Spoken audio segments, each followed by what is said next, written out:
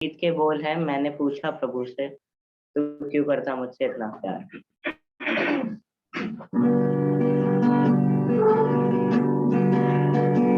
मैंने पूछा प्रभु से, तू क्यों करता मुझसे इतना प्यार। मैंने पूछा प्रभु से, तू क्यों करता मुझसे इतना प्यार। उसने कहा पूरे दिल से, क्योंकि तू है मेरे हाथों की रचना। उसने कहा पूरे दिल से, क्योंकि तू है मेरे हाथों की रचना। मैंने पूछा प्रभु से, तू क्यों करता मुझसे इतना प्यार। तेरी राहों पर चलते चलते कई बार मेरे कदम भटक गए। तेरी राहों पर चलते चलते कई बार मेरे कदम भटक गए। फिर भी न छोड़ा तूने हाथ मेरा, फिर भी न छोड़ा तूने हाथ मेरा। तू क्यों करता मुझसे इतना प्यार। मैंने पूछा प्रभु से, तू क्यों करता मुझसे इतना प्यार। कई बार तुम्हें खुशी देनी चाहिए, गम के अलावा कुछ ना दिया। कई बार तुझे खुशी देनी चाहिए, गम के अलावा कुछ ना दिया। फिर भी न छोड़ा तूने हाथ मेरा, फिर भी न छोड़ा तूने हाथ मेरा। तो क्यों करता मुझसे इतना प्यार। मैंने पूछा प्रभु से, तो क्यों करता मुझसे इतना प्यार। मैंने पूछा प्रभु से, तो क्यों करता मुझसे इतना प्यार। उसने कहा पूरे दिल से, क्योंकि तू है मेरे हाथों की रचना। उसने कहा पूरे दिल से, क्योंकि तू है मेरे हाथों की रचना। मैंने पूछा प्रभु से, तू क्यों करता मुझसे इतना प्यार। मैंने पूछा प्रभु से, तू क्यों करता मुझसे इतना प्यार।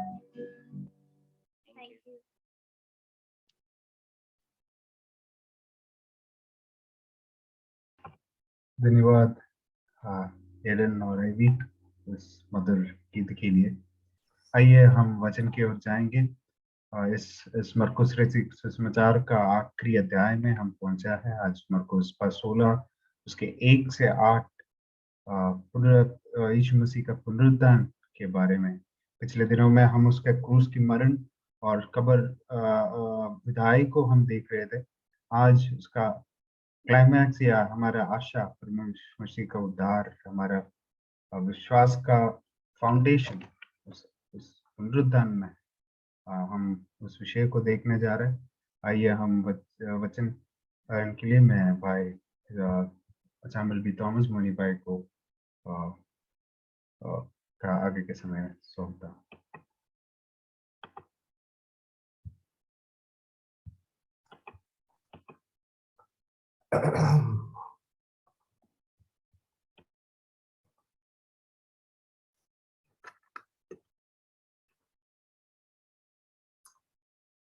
आप सभी को जय मसीह की। और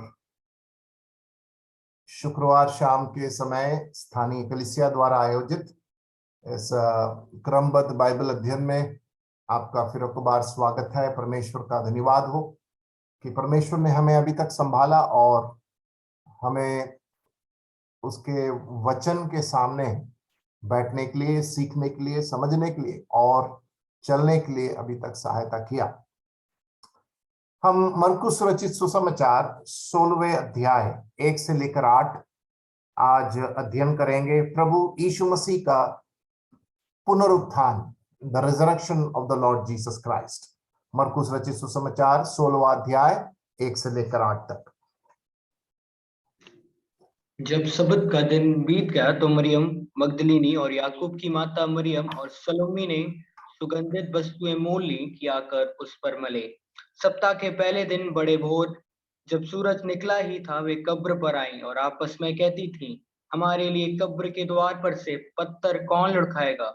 जब उन्होंने आंखें उठाई तो देखा कि पत्थर लुढ़का हुआ है, वह बहुत ही बड़ा था। कब्र के भीतर जाकर उन्होंने एक जवान को श्वेत वस्त्र पहने हुए दाहिनी ओर बैठे देखा और बहुत चकित हुई। उसने उनसे कहा, चकित मत हो, तुम यीशु नासरी को जो क्रूस पर चढ़ाया गया था ढूंढती हो। वो जी उठा है, यहाँ नहीं है। देखो, ये ही वह स्थान है जहाँ उन्होंने उसे रखा था। परंतु तुम जाओ और उसके चेलों और पतरस से कहो कि वह तुमसे पहले गलील को जाएगा, जैसा उसने तुमसे कहा था, तुम वही उसे देखोगे। और वे निकलकर कब्र से भाग गई, क्योंकि कपकपी और घबराहट उन पर छा गई थी, और उन्होंने किसी से कुछ ना कहा क्योंकि डरती थी। परमेश्वर के वचन के पढ़े जाने पर परमेश्वर अपनी आशीष और सामर्थ्य मिले और प्रभु की महिमा, प्रभु का धन्यवाद हो दोनों बच्चों के लिए। एरोन आइवी उस मधुर गीत को लय में, ताल में, सुर में, धुन में गाकर परमेश्वर की महिमा की है। बच्चों गाते रहो और दूसरों से गवाते भी रहो, ठीक है। या प्रभु यीशु मसीह का पुनरुत्थान वो सुसमाचार का एक भाग ही नहीं है, वो सुसमाचार का मुख्य भाग अर्थात उसका नींव है। अगर पुनरुत्थान नहीं है तो सुसमाचार का सामर्थ्य भी नहीं है। अगर पुनरुत्थान यीशु मसीह का नहीं है तो हमारा विश्वास व्यर्थ है, और पुनरुत्थान यीशु मसीह का नहीं हुआ है तो इसका मतलब मसीही जीवन का सामर्थ्य भी नहीं है। और इसलिए ये एक मसीही के लिए बहुत ही मुख्य विषय अध्ययन है, प्रभु यीशु मसीह का पुनरुत्थान। और हमारे दैवीय छुटकारे का ये सबसे मूलभूत बुनियादी घटना है। और केवल इतना ही नहीं, सुसमाचार के वायदों का ये कोने का पत्थर भी है। सुसमाचार के वायदों का कोने का पत्थर है, हमारे अनंत जीवन का मूल स्रोत है, जो उस पुनरुत्थान प्राप्त किए हुए यीशु मसीह पर विश्वास करते हैं। अगर पुनरुत्थान नहीं है तो क्रूस की मृत्यु भी व्यर्थ है, और अगर पुनरुत्थान नहीं है तो प्रभु यीशु मसीह की जो शिक्षाएं और प्रभु यीशु मसीह का जो कार्य है वो भी शून्य और व्यर्थ है। अगर ऐसा है तो इसका मतलब अगर यीशु मसीह का पुनरुत्थान नहीं हुआ है तो हमारा उद्धार भी नहीं हुआ है। और इसलिए क्योंकि यीशु मसीह जी उठा है, इसलिए प्रभु यीशु मसीह के जीवन का सर्वोच्च, सबसे सर्वोच्च क्या बोलना चाहिए, क्लाइमैक्स, सर्वोच्च जो घटना यीशु मसीह के जीवन का, कार्य का, शिक्षा का अगर कुछ है तो वो प्रभु यीशु मसीह की शिक्षा है।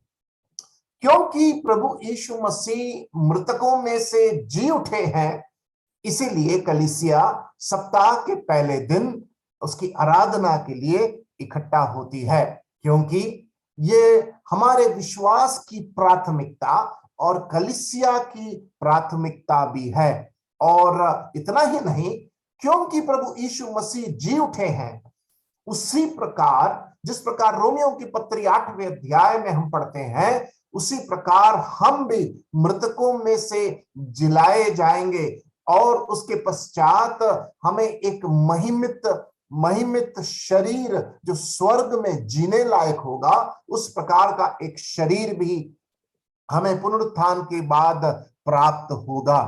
और चारों सुसमाचार अर्थात मत्ती, मरकुस, लूका और यूहन्ना प्रभु यीशु मसीह के क्रूस की मृत्यु और पुनरुत्थान को पवित्र आत्मा से प्रेरित होकर उस घटनाक्रम को अलग अलग तरीके से चारों सुसमाचार के लेखकों ने उसको लिखा है। लेकिन एक चीज चारों सुसमाचार के लेखकों ने नहीं बताया है। उन्होंने यीशु मसीह के जन्म से लेकर यीशु मसीह के कार्य, यीशु मसीह की शिक्षा, उसका निष्पाप जीवन, उसके क्रूस की मृत्यु, उसके दफनाया जाना और उसका पुनरुत्थान, ये चारों लेखकों ने, मत्ती, मरकुस, लूका और यूहन्ना ने बखूबी उसको पवित्र आत्मा के प्रेरणा से वर्णन तो किया, लेकिन चारों ने एक बात नहीं लिखा है। और आपको पता है वो क्या है? वो यह है, ये पुनरुत्थान की प्रक्रिया, द प्रोसेस ऑफ रिजरेक्शन। वो परमेश्वर ही जानता है कि किस प्रकार अपने इकलौते पुत्र प्रभु यीशु मसीह को उसने उस मृतक शरीर में से उसको पुनरुत्थान के सामर्थ्य में का उपयोग करते हुए उसको जिलाया। All the four gospel writers, they have not described the phenomenon of resurrection. तो इसका मतलब, क्योंकि यीशु मसीह जी उठे हैं, इसका ऐतिहासिक प्रमाण है, इसका भूगोलिक प्रमाण है, इसका आध्यात्मिक प्रमाण है। आज हम इस प्रभु यीशु मसीह के इस पुनरुत्थान के 3 गवाहों को देखेंगे, जिसके द्वारा यह साबित होता है कि ये झूठी मिथ्या कहानी नहीं है, एक सच्ची घटना है जिस पर मसीही विश्वास खड़ा होता है, जिस पर एक मसीही आशावान होता है और जिस पर कलीसिया उस सुसमाचार को पहुंचाने के लिए सशक्त होती है, अर्थात प्रभु यीशु मसीह का सुसमाचार। मरकुस में जाने के पहले हमें एक भाग पढ़ना है जो पत्रियों में से है। आइए हम निकालेंगे पहला कुरिन्थियों की पत्री 15 अध्याय, उसका 1 से लेकर 4 तक। ये जो भाग है मेरे सुनने वालों, आप सबके लिए बहुत ही अहम भाग है। अगर आपसे कोई पूछता है सुसमाचार संक्षिप्त में नए नियम में या पत्रियों में कहां लिखा हुआ है, अगर आपसे कोई पूछता है कि सुसमाचार, गॉस्पल, शुभ संदेश पत्रियों में या नए नियम में संक्षिप्त में कहां लिखा हुआ है, तो आपका जवाब होना चाहिए पहला कुरिन्थी 15 अध्याय 1 से लेकर 4 तक। हे भाइयों, मैं तुम्हें वही सुसमाचार बताता हूं। पौलुस देखो कितने बारीकी से शब्दों का इस्तेमाल करता है यहां पर। मैं वही सुसमाचार बताता हूं जो पहले सुना चुका हूं, जिसे तुमने अंगीकार भी किया था और जिसमें तुम स्थिर भी हो।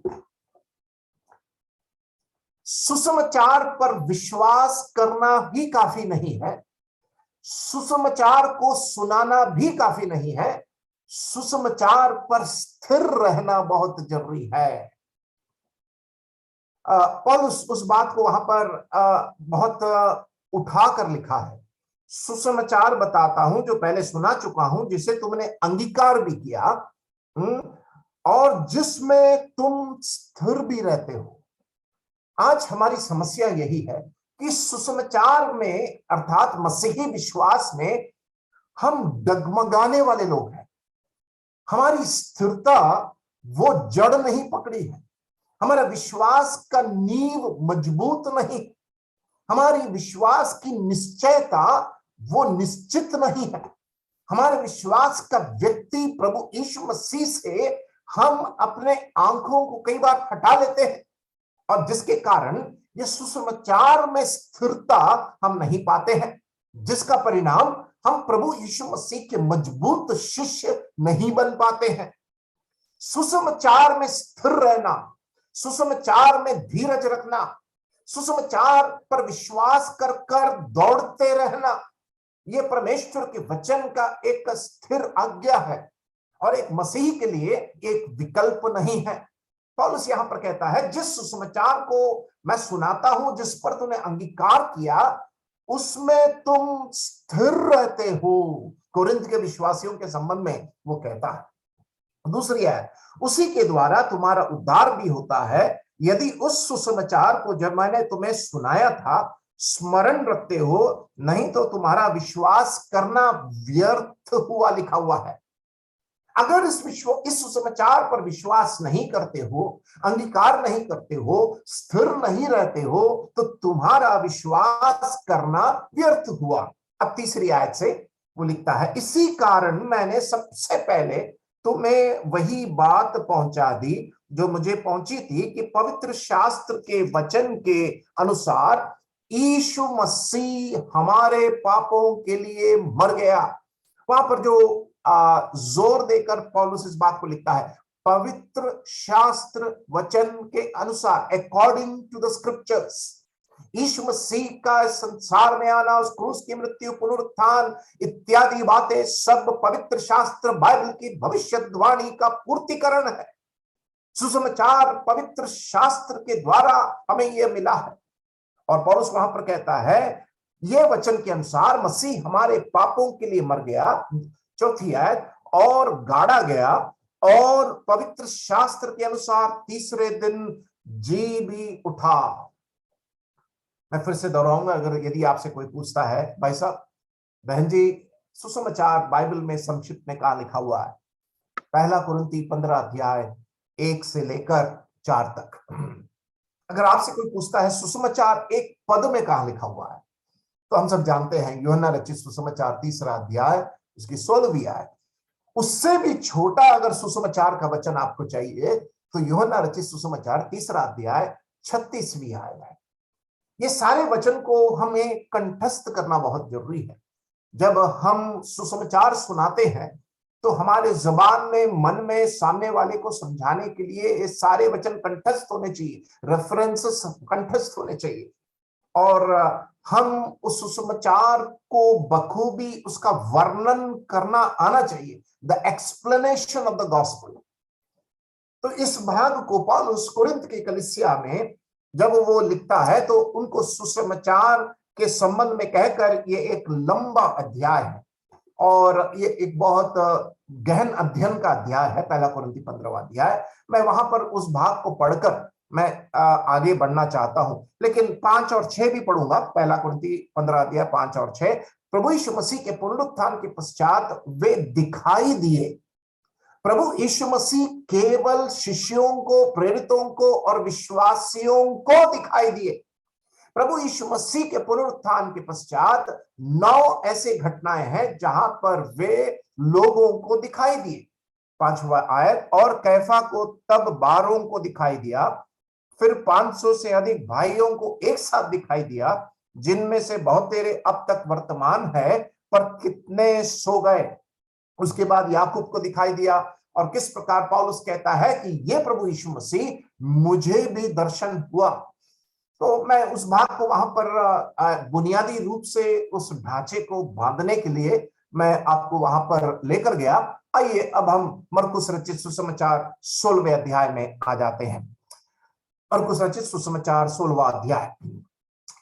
मरकुस अपने सुसमाचार को जब अंत करता है, इस बहुत बड़े तथ्य, इस बहुत बड़े सच्चाई और प्रभु यीशु मसीह के इस पुनरुत्थान के साथ इस सुसमाचार को एंड करता है। कई वचन के पंडितों का मानना है 8वीं आयत, मरकुस 16 का 8वीं आयत इस किताब का आखिरी पद है।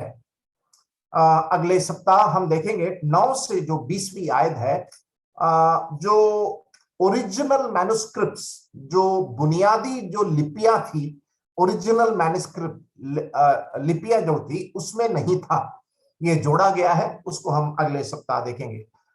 इसीलिए वचन के पंडितों का मानना है ये 8वीं आयत से एक्चुअली मरकुस रचित सुसमाचार समाप्त होता है।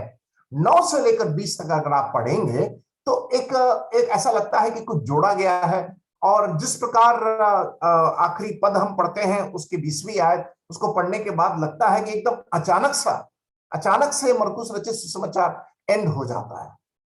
ठीक है, तो मरकुस 8 आयतों में यीशु मसीह के पुनरुत्थान को वो वर्णन करता है, परंतु लेकिन इसका इसका इसका इसका जो विवरणात्मक व्याख्या, डिटेल्ड एक्सप्लेनेशन, विवरणात्मक व्याख्या मत्ती रचित सुसमाचार में अच्छे से हम पढ़ पाते हैं। लूका रचित सुसमाचार 24वें अध्याय में भी पाते हैं, जब यीशु मसीह पुनरुत्थान की घटना के बाद एमेस के रास्ते में जब जा रहे थे तो उन शिष्यों को प्रकट हुए। यूहन्ना रचित सुसमाचार 20वें अध्याय में भी बखूबी इन लेखकों ने यीशु मसीह के सुसमाचार को अच्छी तरह वर्णन किया। मैं आप लोगों को एक बात कहना चाहता हूं, यहां पर आप में से कई लोग इस बात को सोचते होंगे कि मरकुस ने बहुत छोटा सा लिख दिया, मत्ती ने ज्यादा लिख दिया, लूका ने थोड़ा और लिख दिया, यूहन्ना और उसको व्याख्या करता है। क्या बाइबल के स्रोत में या लेख में या उसके प्रामाणिकता में कुछ गड़बड़ी है? उसकी प्रेरणा में क्या कुछ गड़बड़ी है? आप ऐसे सोचते होंगे। मरकुस ने केवल 8 आयत में प्रभु यीशु मसीह के पुनरुत्थान को लिखकर समाप्त कर दिया, लेकिन मत्ती में जब जाते हैं उसका 28वें अध्याय में वो बहुत सारी बातों को लिखता है। मरकुस उसको छोड़ देता है। मरकुस जिसको छोड़ दिया उसको लूका लिखता है, लूका जिसको छोड़ दिया वो यूहन्ना लिखता है। देखिए, बाइबल परमेश्वर श्वसित किताब है। बाइबल परमेश्वर ने 40 लोगों को 1500 साल में पवित्र आत्मा से प्रेरणा देकर उनको उनके व्यक्तित्व का इस्तेमाल करते हुए, जो पवित्र आत्मा के नियंत्रण में रखते हुए उनको ये 40 लेखकों को बाइबल लिखने के लिए परमेश्वर ने प्रेरणा दी। मत्ती अपने समझ को और व्यक्तित्व को इस्तेमाल कर लिखा। मरकुस जब लिखता है, मरकुस पत्रस से सारे खबर को लेता है। पत्रस से मरकुस सवाल पूछकर मरकुस इस सुसमाचार को लिखता है। लूका जो था वो एक वैद्य था, एक चिकित्सक था, ही वाज अ डॉक्टर। और लूका जब लिखता है तो थोड़ा क्रमबद्ध से लिखता है। यूहन्ना जो था वो एक थियोलॉजियन था। यूहन्ना एक आध्यात्मिक पंडित था।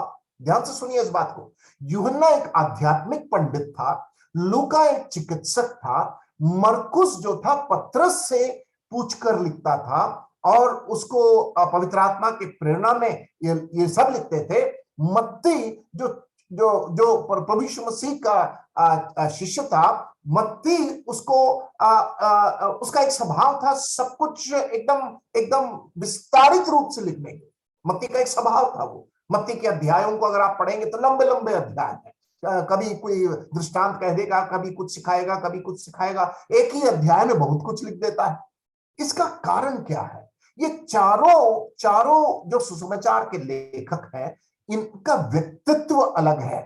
पहली बात। दूसरा, इनका लिखने का स्रोत निकाल कर लाने का अलग अलग है। ठीक है, परंतु ये अलग अलग होने के बावजूद भी परमेश्वर ने इन चारों, मत्ती, मरकुस, लूका और यूहन्ना को पवित्र आत्मा से नियंत्रित और भरपूर रखते हुए उसके संचालन में उनके व्यक्तित्व और उनके विचार को नियंत्रण में रखते हुए उनको लिखने के लिए सामर्थ्य दिया और अनुमति दिया। तो हम कदापि इस निष्कर्ष में ना पहुंचे मरकुस थोड़ा कम लिख दिया इसलिए ये एक प्रेरणात्मक सुसमाचार की किताब नहीं है, मत्ती ज्यादा लिख दिया इसलिए ज्यादा सही वहां पर है। हमारी जिम्मेदारी क्या है? बाइबल एक प्रमाणिक किताब है। यह प्रमाण दिया गया है कि परमेश्वर श्वसित किताब है, परमेश्वर की प्रेरणा से रचा गया है और हमें इसका प्रकाश परमेश्वर देता है, इसका प्रदीपन परमेश्वर हमें देता है। इल्यूमिनेशन, प्रदीपन।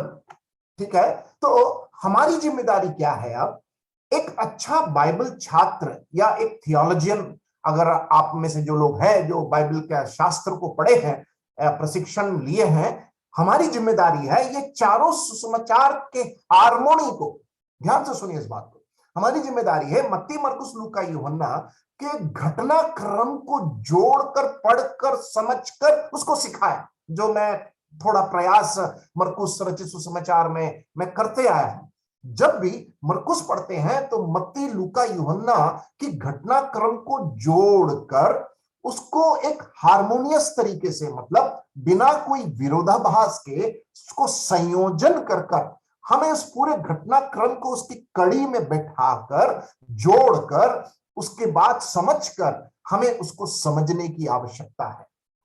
कोई भी घटनाक्रम को अगर आप केवल एक सुसमाचार से पढ़ने की कोशिश करेंगे तो हो सकता है कि कई मुख्य कड़ियों को आप छोड़ देंगे। मैं फिर से आपको उत्साहित करूंगा कि हार्मोनी ऑफ द गॉस्पेल्स, ये एक बहुत बड़ा विषय है।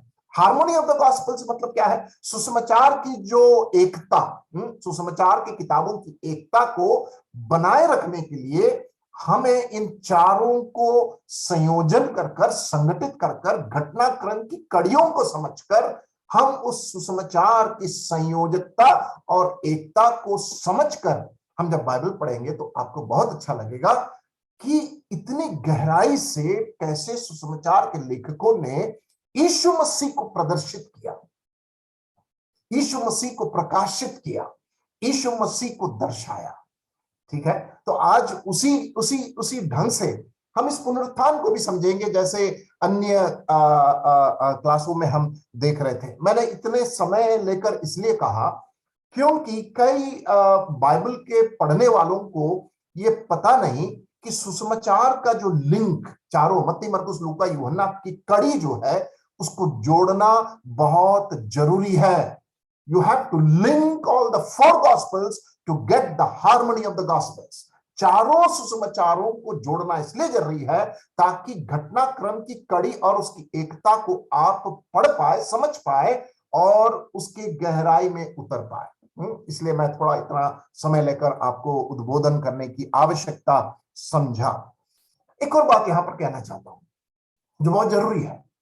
मरकुस ने जब 8 आयतों में पुनरुत्थान को समझाया तो किसी भी प्रकार के मानुषिक ताकत या मानुषिक संस्था या मानुषिक संगठन ने इसमें जोड़ने की कोशिश नहीं की, क्योंकि मरकुस ने थोड़ा लिख दिया, चलो इसमें से थोड़ा और जोड़ देते हैं।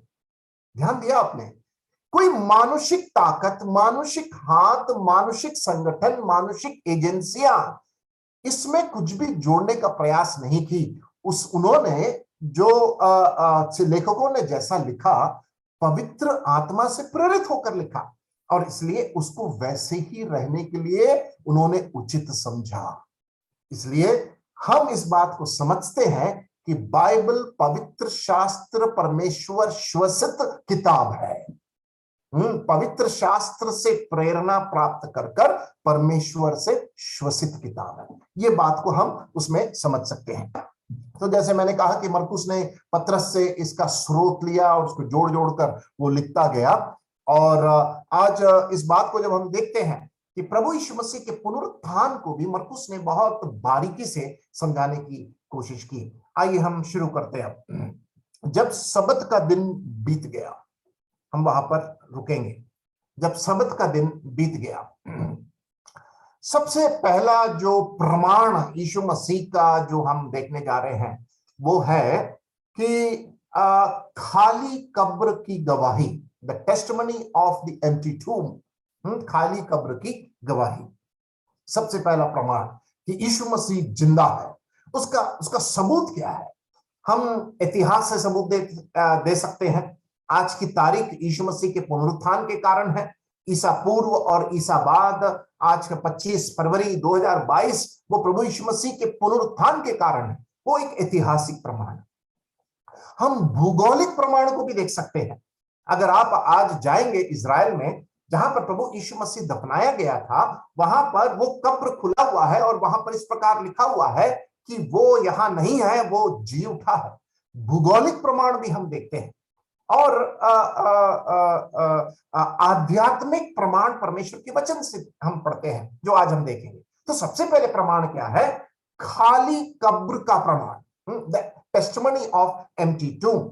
जब सबत का दिन बीत गया, लूका रचित सुसमाचार में आ जाए, उसका 24 का 1, लूका रचित सुसमाचार उसका 24 का 1, लूका कहता है परंतु सप्ताह के पहले दिन। मरकुस लिखा है सबत के दिन। देखा आपने, ये अलग अलग लेखकों का वर्णन करने का तरीका, एक ही घटना लिख रहे लोग, लेकिन इन दोनों का वर्णन करने का तरीका देखिए। लूका कहता है 24:1 में सप्ताह के पहले दिन। यूहन्ना में आ जाए उसका 20वां अध्याय, सप्ताह के पहले दिन। मत्ती में आ जाए, मत्ती 28:1, मत्ती रचित सुसमाचार उसका 28:1, सबत के दिन के बाद। मत्ती में लिखा है सबत के दिन के बाद। मरकुस और लूका में लिखा है, क्या लिखा है? सप्ताह के पहले दिन यूहन्ना में, और लूका में हमने पढ़ा, लूका में हम पढ़ते हैं सप्ताह के पहले दिन। सबत यहूदी के लिए बहुत ही प्रमुख दिन है, विश्राम का दिन, काम करने के लिए प्रतिबंध था। और यहूदियों को ये इतवार, रविवार, सोमवार, मंगलवार इस प्रकार उनकी गिनती नहीं होती थी। यहूदियों को सबत के बाद का दिन, मतलब सबत के बाद तीसरा दिन, सबत के बाद पहला दिन, सबत के बाद चौथा दिन, यहूदी लोग गिनती से दिन को समझते थे। They understood days by numbers. ठीक है, तो ये इंग्लिश कैलेंडर में, अंग्रेजी कैलेंडर में आया है रविवार, सोमवार, मंगलवार, बुधवार, बृहस्पतिवार, शुक्रवार, शनिवार। लेकिन यहूदी लोग दिन को कैसे समझते थे? शबत के साथ, सबत के दिन के साथ उसके बाद कितना दिन, सबत के 1 दिन बाद, सबत के 2 दिन बाद, सबत के 3 दिन बाद। तो यहूदी लोगों का समझ जो सप्ताह का था वो इस प्रकार था। और प्रभु यीशु मसीह ने बार बार सेवकाई के शुरुआत में भी उन्होंने इस बात को कहा कि ये मंदिर ढाया जाएगा और 3 दिन के बाद वो जी उठेगा। आइए हम यूहन्ना रचित सुसमाचार उसके 2 अध्याय को निकालेंगे। यूहन्ना रचित सुसमाचार उसका 2 अध्याय उसकी 19वीं आयत हम पढ़ेंगे। यूहन्ना 2:19। यीशु ने उनको उत्तर दिया कि इस मंदिर को ढा दो। इस मंदिर को, हेरोद का मंदिर की बात नहीं हो रही है वहां पर। यीशु मसीह अपने सुसमाचार के शुरुआत में ही, सेवा के शुरुआत में ही इस बात को वो कह दिए थे। उनका शरीर रूपी मंदिर, हेरोद का मंदिर की बात नहीं हो रही है, लेकिन यहूदी लोग, फरीसी लोग, महायाजक लोग, उनके यहूदी मंदिर जहां उनकी आराधना होती है, उस मंदिर को समझ बैठे। यह मंदिर को ढा दो और मैं उसे 3 दिन में खड़ा कर दूंगा। यीशु मसीह बार बार अपने अपने अपने मृत्यु और क्रूस की मृत्यु और गाड़े जाने और पुनरुत्थान को बार बार वो सेवा में, शिक्षा में, प्रचार में बताया करते थे। मरकुस रचित सुसमाचार उसका 8:31 पढ़िए। 8:31, 9:31, 10:33 है। मरकुस 8:31, मरकुस रचित सुसमाचार उसका 8वां अध्याय उसका 31वीं आयत। और वह उन्हें सिखाने लगा कि मनुष्य के पुत्र के लिए अवश्य है कि वह बहुत दुख उठाए और पुरनिये और महायाजक और शास्त्री उसे तुच्छ समझकर मार डालने लगे और वह 3 दिन के बाद जी उठे। 8:31। उसके बाद 9:31 पढ़िए। देखिए प्रभु यीशु मसीह क्या कहते हैं, क्योंकि वह अपने चेलों को उपदेश देता और उनसे कहता था कि मनुष्य का पुत्र मनुष्यों के हाथ से पकड़वाया जाएगा और वे उसे मार डालेंगे और वह मरने के 3 दिन बाद जी उठेगा। प्रभु यीशु मसीह बार बार इस बात को कहते थे। 10वां अध्याय उसका 33वीं आयत, 10:33 वहां पर पढ़ते हैं कि देखो हम यरूशलेम को जाते हैं कि मनुष्य का पुत्र महायाजकों शास्त्रियों के हाथ पकड़वाया जाएगा और वे उसको घात के योग्य ठहराएंगे और अन्य जातियों के हाथ में सौंपेंगे। वे उसे ठट्टों में उड़ाएंगे और उस पर थूकेंगे और उसे कोड़े मारेंगे, उसे घात करेंगे और 3 दिन के बाद वो जी उठेगा। प्रभु यीशु मसीह हमेशा जिस मकसद के लिए वो संसार में आए थे वो बार बार कहते थे, समझाते थे, सिखाते थे और उसकी पूर्तिकरण की शुद्धता के बारे में वो हमेशा कहते थे। भीड़ से कहते थे, शिष्यों को समझाते थे, फरीसियों को कहते थे कि मैं आऊंगा, मरूंगा, दफनाया जाऊंगा और मैं जी उठूंगा। प्रभु यीशु मसीह इस बात को दावे के साथ कहते थे और मरकुस उसको, उस दावे को बार बार लिखकर उसको प्रमाणित किया। अब 16वें अध्याय में आ जाओ। सबत का दिन बीत गया। मैं ऐसे कहूंगा, सबत का दिन हमेशा के लिए बीत गया। It is gone forever. प्रभु यीशु मसीह उस नए वाचा के स्थापना करने के कारण बीत गया। सबत का दिन केवल बीत नहीं गया, वो फसह का पर्व भी बीत गया, क्योंकि मसीह जो फसह का मेमना है वो क्रूस पर बलिदान हुआ। प्रभु यीशु मसीह ने जिस रात वो पकड़वाया गया था, शिष्यों के साथ उस प्रभु भोज की स्थापना की। ही इंस्टीट्यूटेड द लॉर्ड सपर। सबत बीत गया, फसह का पर्व बीत गया। एक ही बलिदान के द्वारा उस छुटकारे की कीमत, उस लहू को देकर प्रभु यीशु मसीह ने उस नए वाचा को स्थापित कर प्रभु यीशु मसीह ने यहां पर पुनरुत्थान प्राप्त करने के कारण हम उस नए वाचा के भागीदार हो गए। जब सबत का दिन बीत गया, इट इज गॉन। अब उस सबत की जरूरत नहीं है, अब उस सबत की जरूरत नहीं है, अब उस फसह की जरूरत नहीं है, अनगिनत बलिदानों की जरूरत नहीं है। फसह का मेमना प्रभु यीशु मसीह खुद बलिदान हो गया और हमें उस नए वाचा के साथ उसने भागीदार बना दिया। सबत का दिन बीत गया। प्रभु यीशु मसीह ने उस प्रभु भोज की स्थापना की, प्रभु भोज की स्थापना की। और जब प्रभु यीशु मसीह ने शिष्यों के साथ उस ऊपर के कमरे में जब प्रभु भोज की स्थापना की, उस नए वाचा नए वाचा को आगे को दिखाया अपने शिष्यों को। प्रभु यीशु मसीह जब उस भोज को मना रहे थे, वो भूतकाल, वर्तमान काल और भविष्य काल को वहां पर संयोजन कर अपने शिष्यों को दिखा रहे थे, जहां पर उनका कहना यह था, सबत खत्म होने वाला है, फसह का मेमना, फसह का पर्व अब नहीं मनाया जाएगा, व्यवस्था की पूर्तिकरण होने वाली है, नए वाचा का गठन होने वाला है। और उस सबत के और उस प्रभु भोज की स्थापना के द्वारा उन्होंने भूतकाल, वर्तमान काल और भविष्य काल को अपने व्यक्ति में होकर दिखाकर उस नए वाचा में स्थापित कर शिष्यों को सिखाया। परमेश्वर का धन्यवाद हो। सबत का दिन बीत गया, प्रभु का हम धन्यवाद देते हैं। तो क्या हुआ जब सबत का दिन बीत गया, और इसीलिए कलीसिया आज सप्ताह के पहले दिन इकट्ठा होती है, क्योंकि सबत बीत गया। सबत इज गॉन। अब क्या आ गया? पुनरुत्थान सप्ताह के पहला दिन निकालेंगे। अगर आपसे कोई पूछता है कि आप लोग इतवार में कलीसिया क्यों इकट्ठा करते हैं, संडे को क्यों आप इकट्ठा होती हो, आप क्या वचन से बता सकते हैं, प्रमाण दे सकते हैं कि कलीसिया, पहली सदी की कलीसिया कब इकट्ठा होती थी? सबत बीत गया, फिर क्या हुआ? निकालेंगे। प्रेरितों का काम 20वां अध्याय है, उसकी 7वीं आयत। प्रेरितों का काम 20वां अध्याय, उसके 7वीं आयत।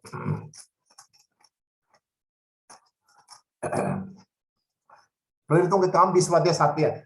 सप्ताह के पहले दिन जब हम रोटी तोड़ने के लिए इकट्ठे हुए।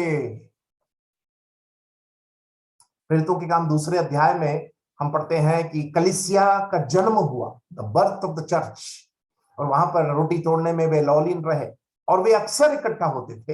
लेकिन जैसे जैसे समय बीतता गया, पहली सदी में नियमित रूप से कलीसिया सप्ताह के पहले दिन रोटी तोड़ते थे।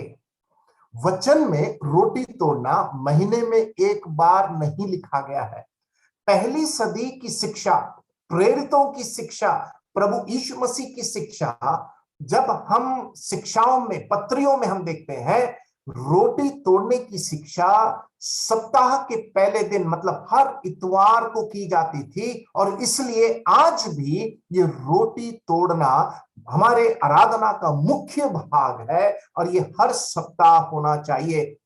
मेरी आवाज को सुनने वाले मेरे भाइयों बहनों, आपके कलीसिया में क्या हर सप्ताह इस रोटी तोड़कर प्रभु को स्मरण किया जाता है? आपके बच्चे अलग अलग शहर में नौकरी और पढ़ाई के लिए जाएंगे, आप इस बात को सुनिश्चित कर लें कि जिस कलीसिया में आपके बच्चों को आप भेजते हैं, वहां पर हर सप्ताह रोटी और दाखरस रखकर प्रभु की आराधना होती है कि नहीं?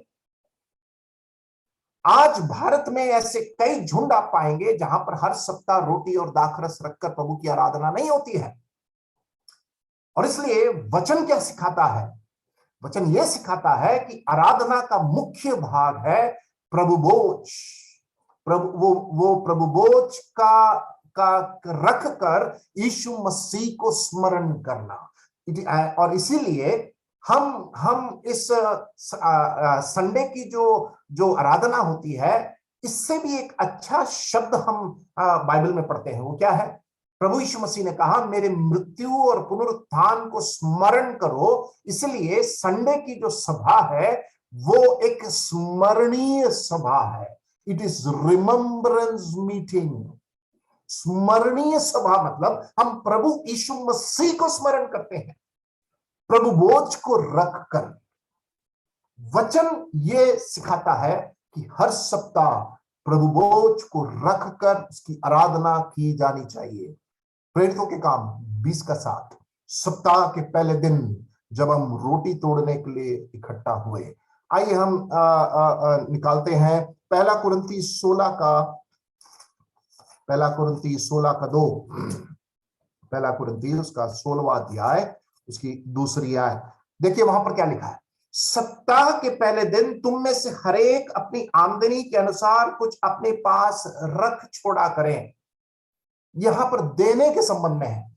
हर सप्ताह प्रभु बोझ, हर सप्ताह प्रभु के लिए भेंट लाना, हर सप्ताह प्रभु बोझ, हर सप्ताह प्रभु के लिए भेंट लाना है।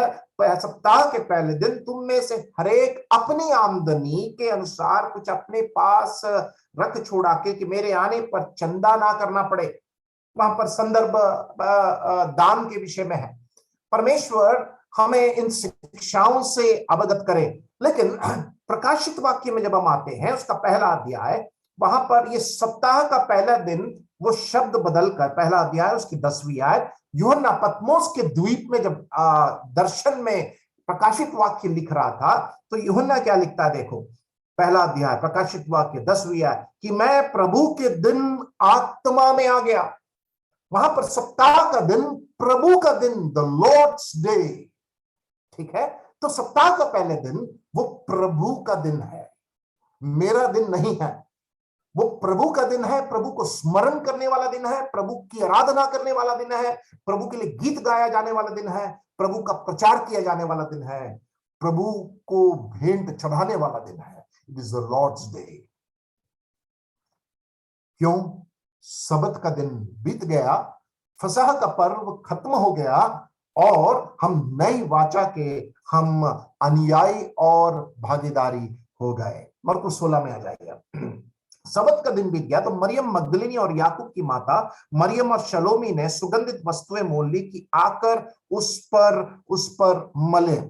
मरियम मगदलिनी हम जानते हैं जिसमें से दुष्ट आत्माएं निकाली गई थी, और ये जो स्त्रियां थी यीशु मसीह की पीछे गलील से ही कर रही थी। आइए हम 15 का आखिरी भाग हम पढ़ेंगे। और मरियम मगदलिनी और योसेस की माता मरियम देख रहे थे कि वह कहां रखा गया है। प्रभु यीशु मसीह को क्रूस से उतारने के पश्चात अरमितिया का योसेफ उस पर चादर लपेट कर, और जब उसको उस नए कब्र में ले जाया जा रहा था, नए कब्र में मत्ती में लिखा हुआ है, ये स्त्रियां, ये बहनें दूर से देख रही थी उनके प्रभु को कहां दफनाया जा रहा है। शुक्रवार रात को, अगले दिन सबत का दिन है, और इसलिए उन्होंने क्या किया? यीशु मसीह के उस लोथ के ऊपर, पार्थिव शरीर के ऊपर, जब वो इतवार के लिए वो तैयारी कर रहे थे, वहां पर उसके लिए सुगंधित वस्तुएं मोल ली कि आकर उस पर मले। इसका मतलब यीशु मसीह पुनरुत्थान प्राप्त करेगा कर उनको विश्वास नहीं था।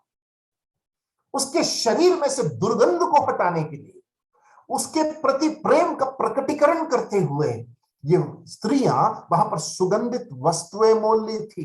चेले तो सब भाग गए थे, यहूदियों के डर से कमरे के अंदर बंद थे, लेकिन ये स्त्रियां यहां पर सक्रिय थी। प्रभु का प्रेम का प्रकटीकरण सुगंधित वस्तुओं से कर वहां पर तैयारी किया उन्होंने। शुक्रवार रात को पूरा, शायद सबत के दिन कोई काम करना मना था, और भोर के समय यूहन्ना के सुसमाचार में लिखा है, जब अंधकार ही था, मरियम मगदलिनी वहां पर कब्र में पहुंची और ये लोग सुगंधित वस्तुएं मोल ली और वे यीशु मसीह की सेवा कर रहे थे।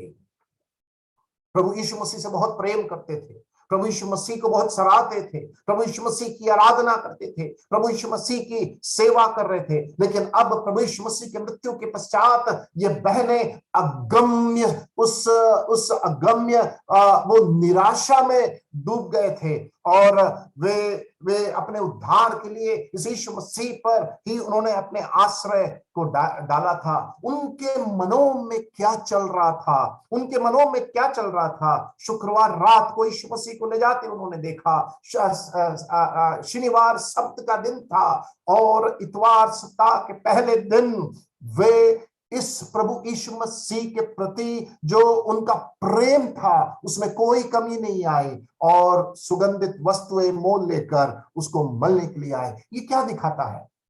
इन बहनों का यीशु मसीह के प्रति लगाव को दिखाता है, अफेक्शन फॉर क्राइस्ट। इन बहनों का यीशु मसीह के प्रति प्रेम को दिखाता है। उस प्रेम को उन्होंने प्रकट किया, द एक्सप्रेशन ऑफ लव। और उस प्रेम को प्रकट करने में इन बहनों ने मेहनत किया, मतलब दे लेबर्ड टू एक्सप्रेस लव। मसीह जीवन में प्रभु यीशु मसीह से प्रेम करने का मतलब हम प्रभु यीशु मसीह के प्रति हम मेहनत करते हैं। हम बिना मेहनत किए यीशु मसीह के प्रति प्रेम को प्रकट नहीं कर सकते। थिस्सलुनीकियों की कलीसिया की खासियत क्या थी? पहला अध्याय उसकी 3री आयत, पौलुस थिस्सलुनीकियों की कलीसिया के संबंध में वो कहता है, तुम्हारा प्रेम का परिश्रम मैं जानता हूं, तुम्हारे प्रेम का परिश्रम को मैं जानता हूं। The labour of love. Masih जीवन में मेरे अजीजों, भाइयों, बहनों, प्रेम में परिश्रम करना पड़ता है। प्रेम केवल शब्दों से बोला नहीं जाता, प्रेम में परिश्रम है, प्रेम में खर्च है, प्रेम में मेहनत है, प्रेम में त्याग है। प्रेम में हमें त्यागात्मक बलिदान भी शायद देना पड़े, जैसे शिष्यों ने किया, प्रेरितों ने किया, अनेकों लोगों ने दिया। प्रभु यीशु मसीह उस प्रकार के प्रेम को अपने शिष्यों से चाहता है जिसमें परिश्रम हो, जो केवल बोली से नहीं, जो प्रेम में परिश्रम करता है, जो प्रेम में देता है, जो प्रेम में सहता है, जो प्रेम में उसको प्रकट करता है। क्या हमारा प्रभु यीशु मसीह के प्रेम में परिश्रम है? Is there labor in the love that we have for Christ? अगर हम यीशु मसीह से प्रेम करते हैं, अगर बोलते हैं, तो उसके पीछे परिश्रम होना बहुत जरूरी है। और उस परिश्रम का प्रकटीकरण अलग अलग तरीकों से हो सकता है। जो आपके आत्मिक वरदान प्रभु यीशु मसीह, परमेश्वर की आत्मा ने आपको दिया है, उस आत्मिक वरदान का उपयोग करते हुए आप उस प्रेम के परिश्रम को दिखा सकते हैं। सवाल, क्या मैं प्रेम में परिश्रमी हूं? क्या मैं प्रेम में कर्मठ हूं? क्या मैं प्रेम में मेहनती हूं? प्यारो, प्रभु के दास लोग दिन रात मेहनत कर वचन को सीख कर, पढ़कर, समझकर आप लोगों को क्यों परोसते हैं? वे प्रभु से प्रेम करते हैं और उस प्रेम में वे कर्मठ है, परिश्रमी है। बहुत आसान काम नहीं है प्यारो। मानसिक तनाव के बीच में, शारीरिक क्लेश के बीच में, तंगी, मुसीबत, विरोध के बीच में संतुलित मन रखकर, वचन को पढ़कर, प्रभु की आवाज सुनकर वचन को परोसना मजाक नहीं है। मैं कहता हूं इट इज नॉट इजी। मैं जानता हूं उसका दबाव कितना है। आप उस मानसिक अवस्था में जब तक नहीं आएंगे, आप वचन को पढ़ नहीं सकते, आप प्रभु के अधीन नहीं रहेंगे, उसकी आवाज नहीं सुन सकते, पवित्र आत्मा की भरपूरी नहीं होगी, आप परोस नहीं सकते। प्रेम में परिश्रम करना। क्या हम केवल बोली से कहकर छोड़ देते हैं, प्रभु मैं तुझसे प्रेम करता हूं? वो भी इतवार के दिन आराधना में सब बोलते हैं, प्रभु हम तुझसे प्रेम करते हैं। उस प्रेम का प्रकटीकरण इन बहनों ने बहुमूल्य वस्तुएं मोल ली और उस सुबह वो उसको मलने के लिए वहां पर गए। जब उनका मन इतना अगाध्य अगाध्य चोट और निराशा में वे डूबे हुए थे। The action of their love, परमेश्वर का धन्यवाद हो। दूसरी है, सप्ताह के पहले दिन बड़ी भोर जब सूरज निकला ही था वे कब्र पर आई। मैंने जैसे कहा, यूहन्ना कहता है जब अंधकार ही था तो मरियम मगदलिनी पहुंची। और मैं समझता हूं कि ये बहनों से काफी ज्यादा दौड़ लगाकर मरियम मगदलिनी वहां पर पहुंची थी। यूहन्ना वहां पर जब अंधकार ही था लिखा हुआ है। निकाले यूहन्ना रचित सुसमाचार, यूहन्ना रचित सुसमाचार उसका 20वां अध्याय, उसका 20वां अध्याय पहली है। सप्ताह के पहले दिन मरियम मगदलिनी भोर को अंधेरा रहते ही कब्र पर आई। ध्यान दिया आपने, अंधेरा रहते ही कब्र पर आई। मरकुस कहता है सप्ताह के पहले दिन बड़ी भोर जब सूरज निकला ही था। बाइबल को बारीकी से पढ़ना सीखें। हम लोग कई बार बाइबल को अखबार जैसे पढ़ लेते हैं, हम समझ नहीं पाते हैं कि घटनाक्रम में क्या हो रहा है, इसलिए कई बार बाइबल बोरियत लगता है। बहुत ही अद्भुत किताब है, जहां पर आपके मन को खोल देगा, आपके विचारों को खींच देगा। भोर को जब सूरज निकला ही था वे कब्र पर आई।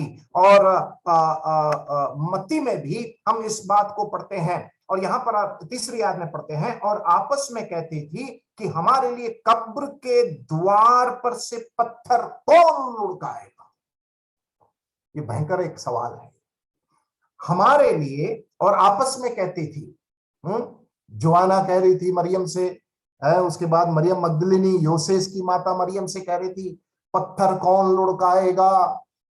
थकान और निराशा के कारण शरीर थका हुआ है, हम लोग सब मिलकर भी इसको धक्का दे, पत्थर नहीं लुढ़केगा, पत्थर कौन लुढ़काएगा। इन बहनों के सामने एक बहुत बड़ा संकट, इन बहनों के सामने एक बहुत बड़ी चुनौती, इन बहनों के सामने एक बहुत बड़ा सवाल, पत्थर कौन लुढ़काएगा। और इसलिए इन बहनों के सामने 3 चुनौतियां थी। पहला हम देखते हैं बेचैनी था, एंजाइटी, तीसरी आयत में।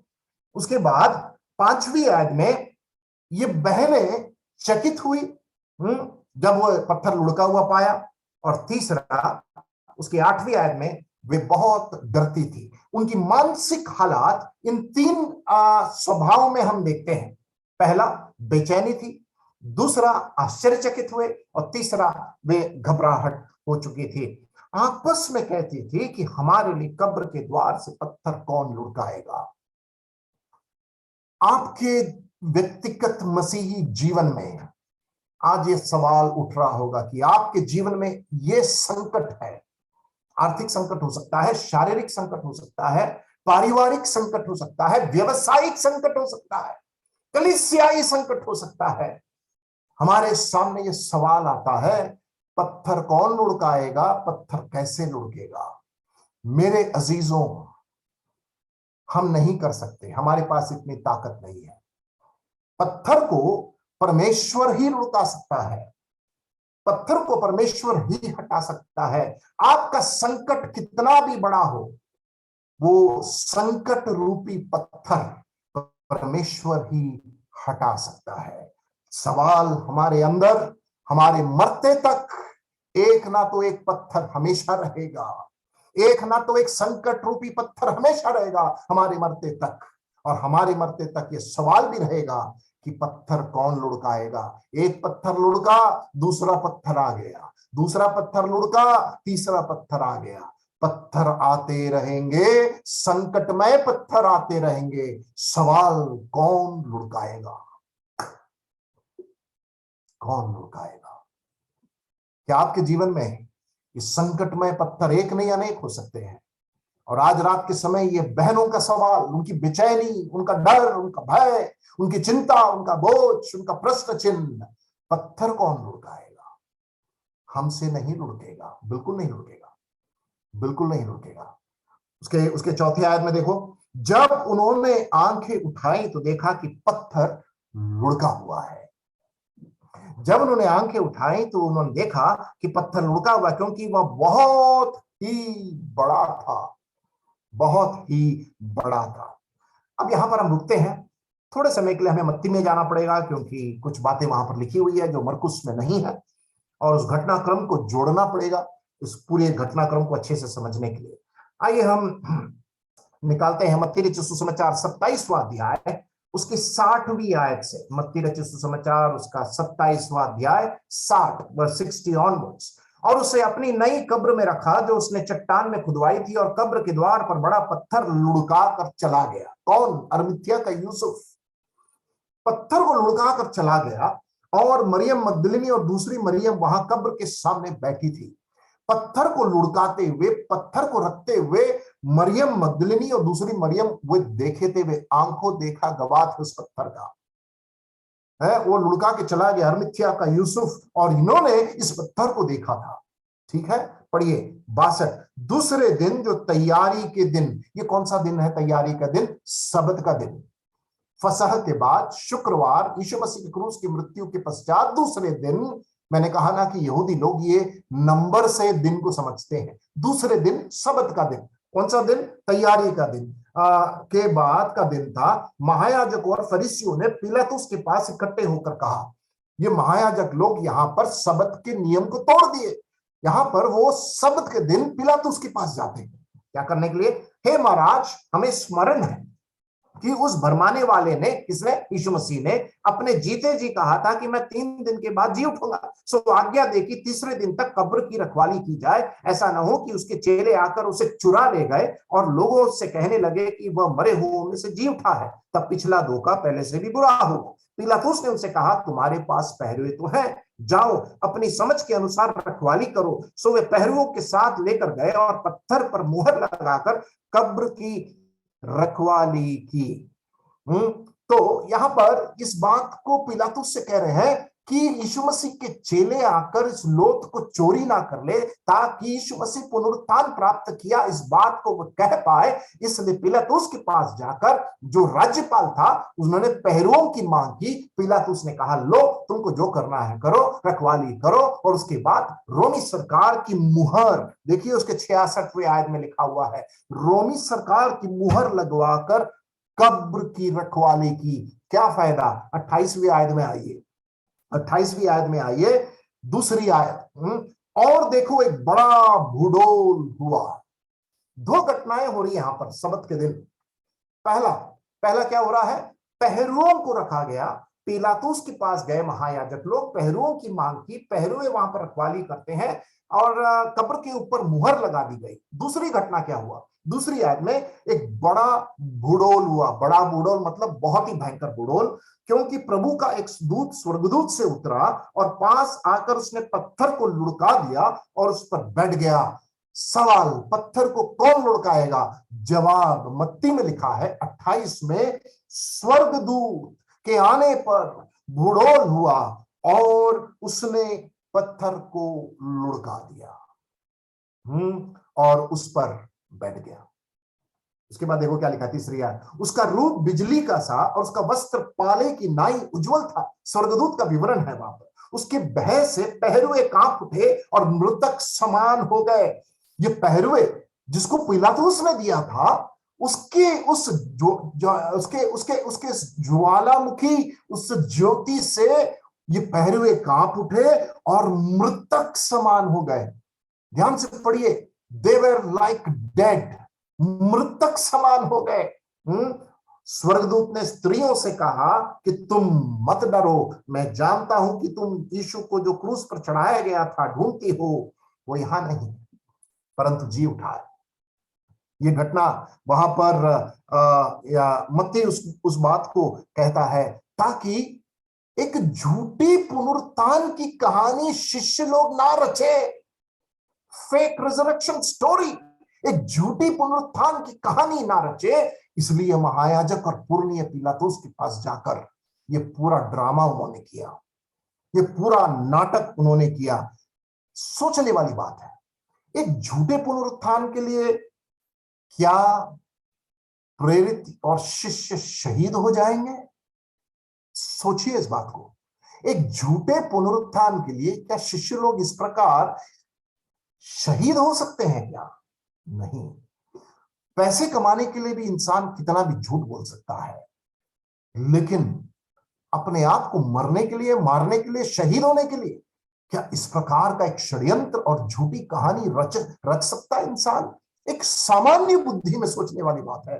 कदापि नहीं, कदापि नहीं, ये कभी भी नहीं हो सकता। वे अपने आप को कत्ल करने के लिए, अपने आप को शहीद होने के लिए इस प्रकार की एक झूठी कहानी रचकर कोई इंसान ऐसा नहीं कर सकता।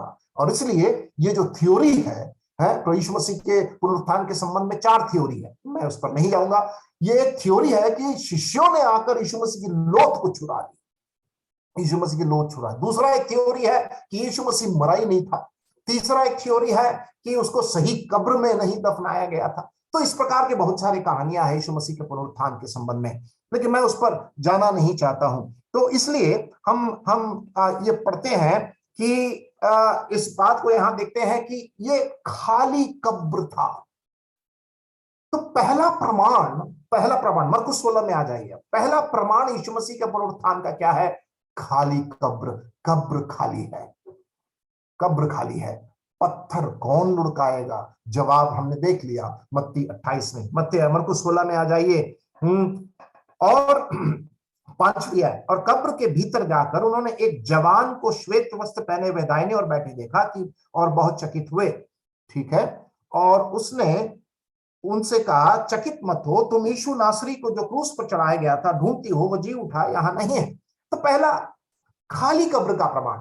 दूसरा स्वर्गीय स्वर्गदूत का प्रमाण।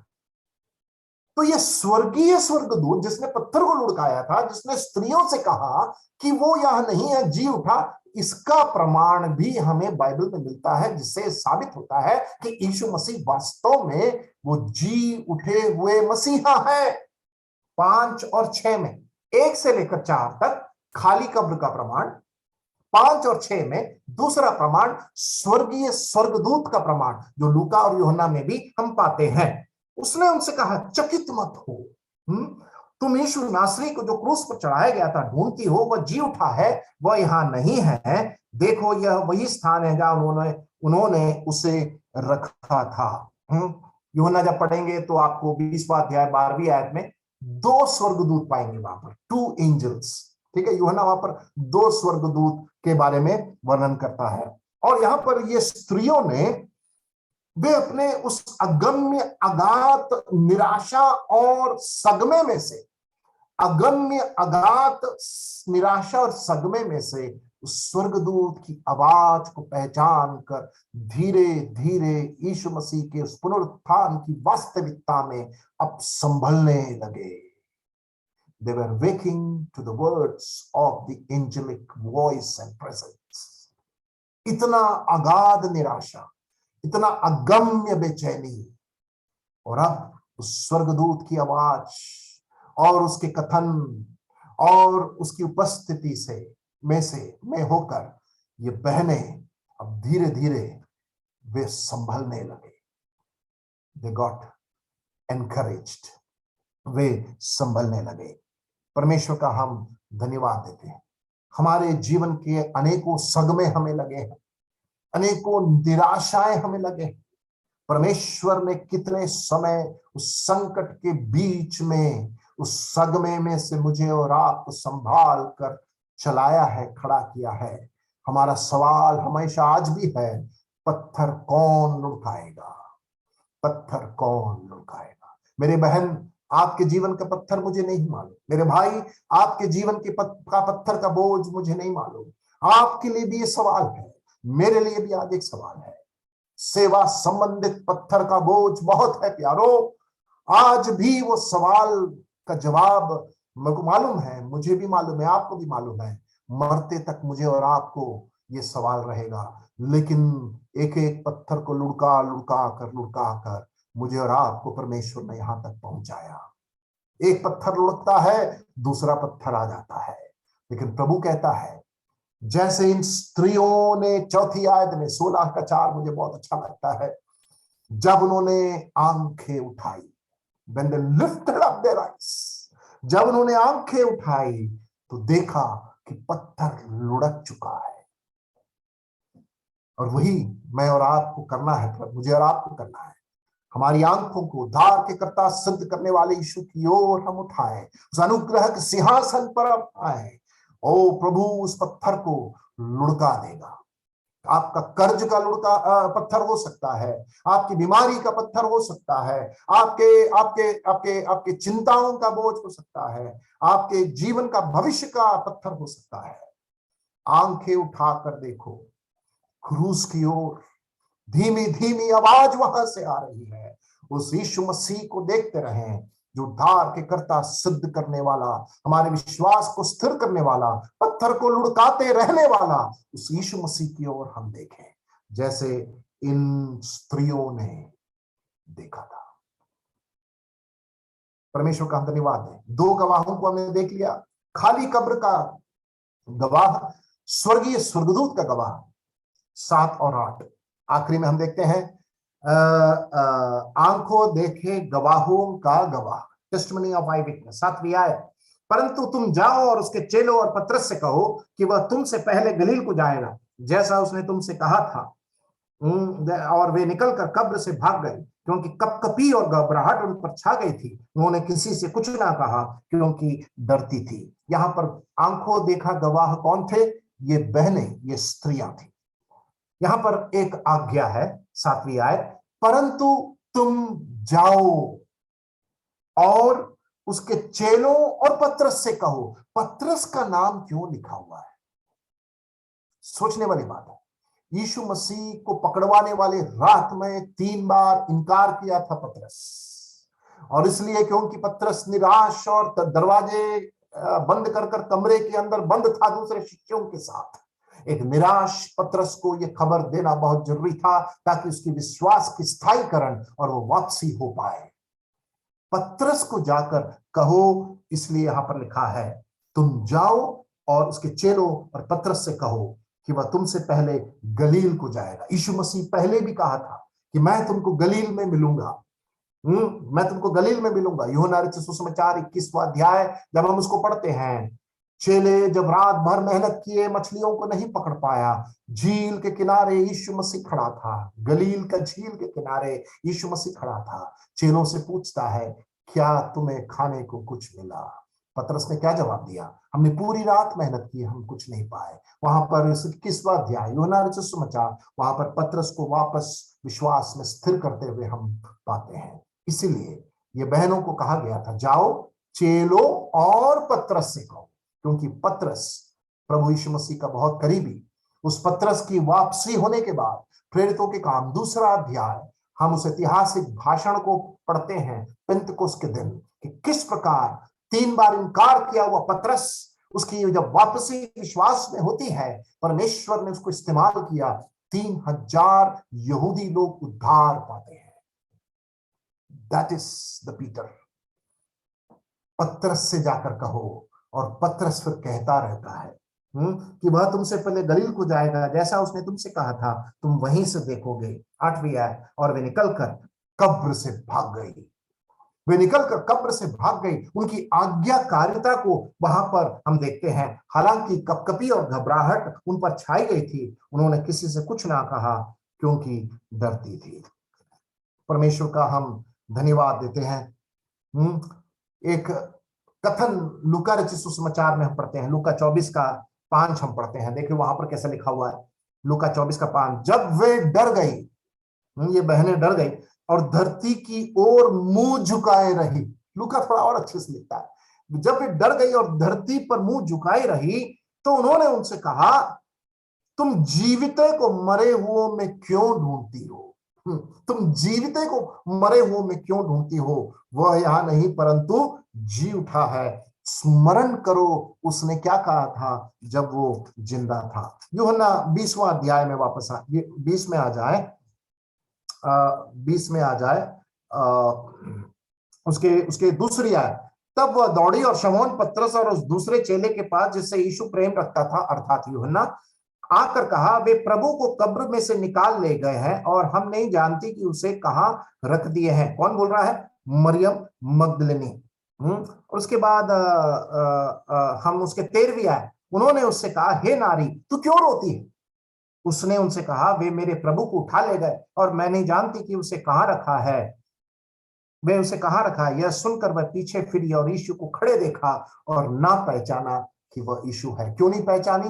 क्योंकि वो महिमित पुनरुत्थान प्राप्त किया हुआ महिमित यीशु मसीह था। He was in his glorified body। और उस महिमित अवस्था में यीशु मसीह ने उसके सामने अपने आप को तात्कालीन ढक के रखा था। मत्ती में आ जाए, मत्ती 28 हम समाप्त करने जा रहे हैं। यहां पर आना जरूरी है क्योंकि यहां पर मत्ती कुछ और लिखता है जो हमें बहुत अच्छा लगता है। उसकी 8वीं आयत, और वे भय और बड़े आनंद के साथ लिखा हुआ है। मरकुस, लूका, यूहन्ना वे कपकपी और घबराहट से भरे हुए लिखा हुआ था। मत्ती में देखो, वे भय और बड़े आनंद के साथ वे कब्र से शीघ्र लौटकर उसके चेलों को समाचार देने के लिए दौड़ गए। भय भी है, आनंद भी है, fear and Joy, ecstasy and fear है। तो यहां पर भय भी है और आनंद भी है। और देखो यहां पर 9वीं आयत को पढ़िए, बहुत अच्छा लगता है मुझे। मैं पढ़कर कभी कभी ऐसा लगता है काश यीशु मसीह हमसे भी ऐसा बोलते, साक्षात प्रकट होकर। ध्यान से पढ़िए 9वीं आयत। और देखो यीशु उन्हें मिला और कहा सलाम, जय मसीह, सलाम। और उन्होंने पास आकर उसके पांव पकड़कर उसको दंडवत किया। मरकुस में भी नहीं लिखा हुआ है, लूका में भी नहीं है। यहां पर लिखा है, यीशु कहते हैं hi ladies, my dear sisters, बहनों, सलाम, जय मसीह। एकदम व्यक्तिगत संबंध बनाते हुए पुनरुत्थान प्राप्त किया यीशु मसीह। यहां पर उसके दीनता को हम देखते हैं, द ह्यूमिलिटी ऑफ क्राइस्ट। पुनरुत्थान प्राप्त किया हुआ मसीह इन बहनों से मुलाकात करते हैं, कहते हैं सलाम, जय मसीह। और उन्होंने पास आकर उसके पांव पकड़कर उसको दंडवत किया। क्या रिस्पॉन्स है इनका, दिल गदगद हो गया। चेलों को भी यह सौभाग्य नहीं प्राप्त हुआ। क्यों? ये बहनें दूर से देख रहे थे हमारे मसीह को कहां लेकर जा रहे हैं। The affection gave them results। उनका प्रभु के प्रति प्रेम और धीरज और लंबे समय तक वो महत्वाकांक्षा जो थी, एक ऐसी मुलाकात उनसे करवा दिया जहां पर वे दंडवत कर उसकी आराधना करते हैं साक्षात। तब यीशु ने उनसे कहा, मत डरो, मेरे भाइयों से जाकर कहो कि गलील को चले जाए, वहां मुझे देखेंगे। एक और बात को देखिए, यीशु मसीह की दीनता। मेरे भाइयों से जाकर कहो। यीशु मसीह जानता है सब डर के मारे कमरे के अंदर बंद है, वापस जाल उठाने जा रहे हैं, मछली पकड़ने के लिए उस धंधे में जा रहे हैं। उसके बाद भी मेरा मसीह, आपका मसीह, वो पिछड़े हुए चेलों को संबोधित करता है, माय ब्रदर, मेरे भाइयों को जाकर कहो। हम लोग होते तो क्या कहते, बहनों जाकर बोल देना मैं जिंदा हो गया हूं, अभी मैं सबकी क्लास लगाता हूं। मरने के समय सब भाग गए थे, केवल तुम लोग थे, तुम बहनें थे, तुम लोग सब वापस डर के मारे भाग गए थे, केवल यूहन्ना बाकी था। जाके बोल दो मेरा क्लास लेने वाला हूं गलील। ठीक है, तो हम लोग होते तो ऐसे बोलते, लेकिन मसीह ने क्या बोला, मेरे भाइयों से जाकर कहो कि गलील को चले जा रहे हैं।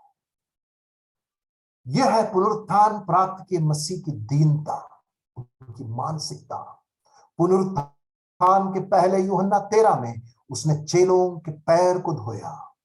पुनरुत्थान के बाद उसने चेलों को मछली फ्राई कर खिलाया, यूहन्ना 21। पुनरुत्थान के बाद उसने अपने चेलों को जो भाग गए थे उनको भाइयों होकर संबोधित किया, माय ब्रदर। प्रभु का धन्यवाद। उसके बाद 11वीं आयत से लेकर 15वीं आयत तक एक षड्यंत्र रचा जा रहा है, षड्यंत्र रचा जा रहा है, उसको भी पढ़ना जरूरी है। क्या लिखा है, वे जा रही थी कि देखो पहरुओं में से कितनों ने नगर में आकर पूरा हाल महायाजकों से कह दिया। ये पहरुए जिनको रखा गया था कब्र की रखवाली के लिए, ये पहरुए आकर नगर में पूरी खबर फैला दिए। तो क्या किया उन्होंने, देखिए, तब उन्होंने पुरनियों के साथ इकट्ठे होकर सम्मति की, क्या किया, समझौता किया कि और सिपाहियों को बहुत चांदी देकर कहा, घूस, ब्राइबरी, घूस दिया उन्होंने, सिपाहियों को घूस दिया और कहा कि यह कहना कि रात को जब हम सो रहे थे, लो एक और गलती, पहरुए तो सोना नहीं चाहिए, और यहां पर लिखा है रात को जब सो रहे थे, जो सुनेगा बोलेगा कैसे बेवकूफ लोग हैं। सो रहे थे तो उसके चेले आकर उसे चुरा ले गए। ये दूसरा थ्योरी है। और यदि यह बात हाकिम के कान तक पहुंचेगी, हाकिम कौन है? पिलातुस है, तो हम उसे समझा लेंगे और तुम्हें जोखिम से बचा लेंगे। इनको पैसे देकर झूठी कहानी रचने के लिए यहां पर प्रोत्साहित किया जा रहा है और बोलते हैं कि पिलातुस को हम लोग मना लेंगे, तो अपना आदमी है। ठीक है। सो उन्होंने रुपए लेकर 15वीं आयत, जैसा सिखाए गए थे वैसा ही किया। रुपए लेकर जैसा सिखाए गए थे वैसे ही किया। और यह बात आज तक यहूदियों में प्रचलित है। आज तक मतलब मत्ती जब उस घटना के 25 साल बाद इस समाचार को लिखता है, यहूदियों के बीच में यह प्रचलित कहानी थी कि इसके लोथ को चुरा लिया गया, ये जिंदा नहीं हुआ।